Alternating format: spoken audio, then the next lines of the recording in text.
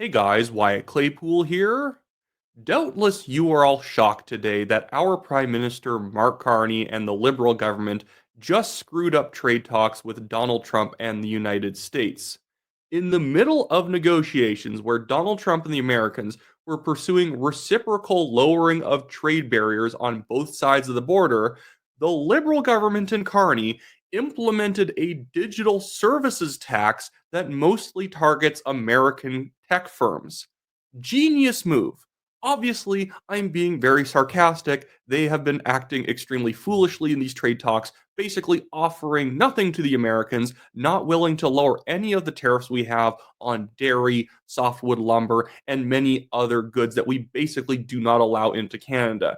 Yes, you can still import American dairy goods and cheese and whatnot into Canada, but the trade barrier is so high, nobody bothers doing it. And now Trump was willing to lower his tariffs if we lowered some of our long-time historical tariffs on their goods. And then we're like, hey, how about a 10% tax on all digital service products? Okay.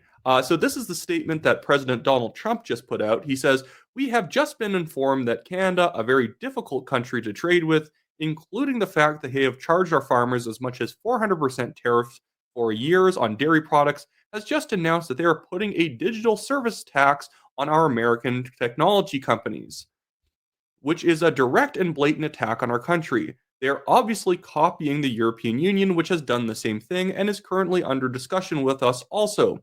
Based on this egregious tax, we are hereby terminating all discussions on trade with Canada effective immediately. We will let Canada know the tariff that they will be paying to do business with the United States of America within the next 7-day period. Thank you for your attention to this matter." Yeah, this was extremely stupid to do for multiple reasons. I know I don't like the tariffs that the US currently has on Canada, but I also don't like the tariffs that Canada has had on the Americans for over 4 decades at this point.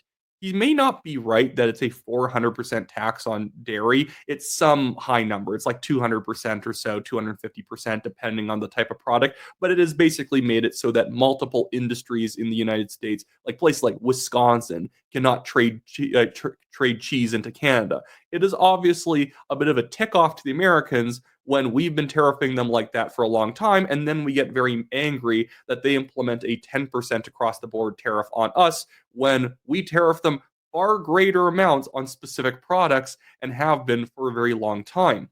The digital services tax, too, is just a cash grab for the liberals. So they're letting their cash grab politics get in the way of a trade deal with the Americans. This is not a neutral policy. Yes, it also applies to Canadian firms, but the problem is that most tech services come from the United States. Amazon, you have Apple, a lot, Google, they're all in the United States. And now we're just wanting 10% of their revenues in our country for anything that they do here, even though it's not really like a trade good going over the border and out competing our own firms. What Canadian version of Amazon are they getting in the way of? What Canadian version of Google are they disrupting? What Canadian version of Apple are they disrupting? We just are just taking 10% of their money. And America has a big tech sector. So this 10% tariff is way bigger than anything that we've even ever done to their dairy industry over time, because the dairy industry is kind of small in the overall grand scheme of things in the American economy. So while the 200+% tariffs are unfair on those industries, it's not quite like a 10% tariff against a large portion of their economy. This, again, was deeply foolhardy. But now I want to get to some reactions in just a second. But first, I just want to remind you guys, hey, if you like the channel, make sure to like this video, click the like button, make sure to leave a comment. It really helps on the algorithm, and I do like hearing what people think about the topics of the day, and subscribe to the channel if you are not yet a subscriber. But I liked this reaction right here from this one commentator, Alex Brown. He says, "Heard through the grapevine recently from some higher ups that the digital service tax was going to be the next cudgel, and here it is, going well." So I'll take him at face value here, because Alex Brown works for the, I believe, what does he work for? I know it, the National Citizens Alliance. If somebody probably has a good inside lane on what the government strategy here was, it would be probably someone like Alex Brown. The fact the government thought that this was like going to be a power play against Donald Trump is patently insane. It was not. We were pursuing trade barriers going down on both sides of the border that would be good for Canadians and Americans alike. And in the middle of that, we did the exact opposite about what Trump was proposing to do. Trump was proposing to remove tariffs on Canada if we got rid of some of our historic supply management tariffs. Supply management, as you know, unless you're a Quebec dairy farmer, are terrible. It actually raises the price of things like chicken and dairy products all over Canada and blocks American competition from coming in. It makes our lives worse. It restricts the trade opportunities of the Americans, and it in fact makes our own industries less efficient because they don't have to be efficient. It's like the Detroit auto sector that was completely destroyed when they finally removed trade barriers on automobile imports from other countries, because the Detroit automobile industry had gotten so weighed down by bloated union contracts and inabilities to innovate, because they don't have to innovate. They can just trade. They can like sell people crappy cars, and Toyota can't do anything about it. Once Toyota could do something about it, it almost all folded up within a decade. But anyways, now I just want to quickly jump over to what Conservative Party leader Pierre Poilievre has said about this. So far, Carney and the Liberals still haven't said anything, even though this happened hours ago now.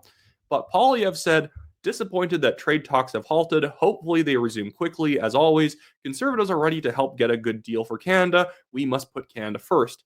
At the same time, the government must take emergency action to bolster Canada's economy, fully repeal the No Pipelines Law, the industrial carbon tax, the tanker ban, the emissions cap, the EV mandate, axe the capital gains tax on reinvestment in Canada, all to create a strong, resilient, and sovereign Canadian economy. And I do like how he's not calling for reciprocal tariffs because America's not coming to the table.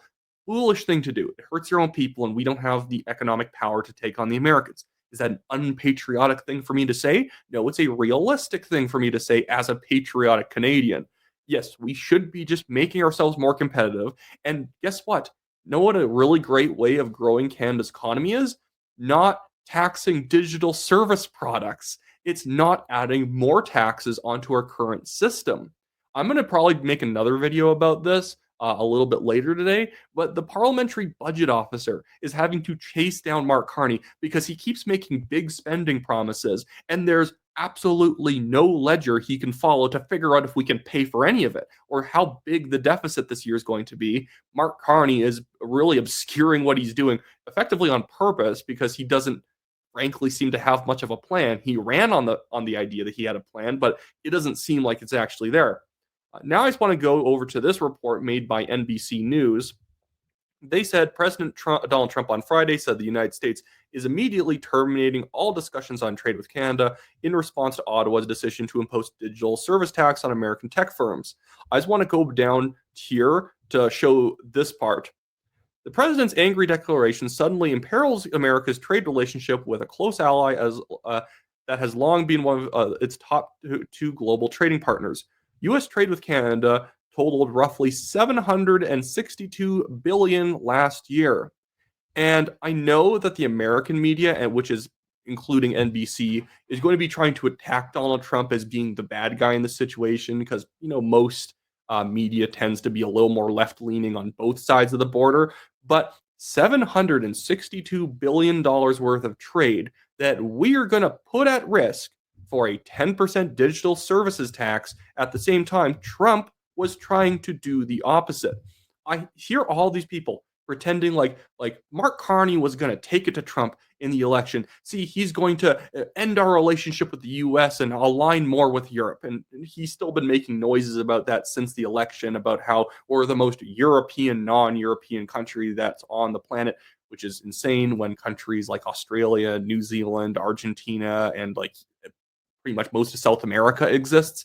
But he, after the election, started being very warm to Trump. wanting to get along. And the same liberal commentators and talking heads online said, see, no, no, no, this is exactly what we expected Carney to do. He was going to get along super well with Trump because Trump respects him. So they went from saying that he's going to be a battle axe against Trump to saying, no, no, no, he is going to be a soft feather bed that Trump will really like. And he can, lie on Mark Carney, and that will somehow benefit Canada, which is fine. I actually don't mind Carney being nice to Trump. But they went from I want him to be super aggressive to I actually like that Trump likes him, and then we're back to he's ticking Trump off and it's a good thing.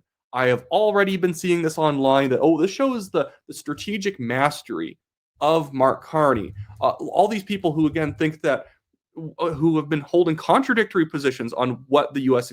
is supposed to Canada's supposed to be doing with the U.S. It's stupid. Here is Laura Babcock reacting to it. Oh, sorry, I had to bring up my other tab here. Laura Babcock saying, in response to this media touch headline that says Trump says he's ending all trade discussions with Canada and will be levying more tariffs against them in the next 7 days. Laura Babcock says, the mighty Charlie Angus, leader of Canada's resistance to MAGA, joins me today on the Ocho and now has a hell of a lot to say about the latest threat from Donald Trump. So let's check that out. Or I'm pretty sure this should be about it, I believe. But this is the kind of weak energy we have when we deal with the Americans. Just whining, hoping he's going to come back to the table. Trump is threatening us. We have to draw a line in the sand here. Yeah, you can insult and swear at us all you want and say that we're a threat, but hey, we're not shopping in your states anymore.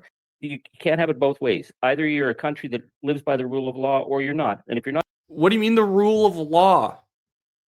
It's tariffs. It's trade policy. The rule of law. Well, if you cared about the supposed vague rule of law, when we're having trade negotiations over lowering tariffs, do not raise tariffs. I know it's a digital service tax that's technically being levied domestically within Canada, but digital services have never been something that have been tariffed before, and this is effectively mostly targeting American firms because Canada doesn't have that many massive tech firms that they're taxing. They're mostly only taxing the digital firms in the US. So this is effectively a tariff.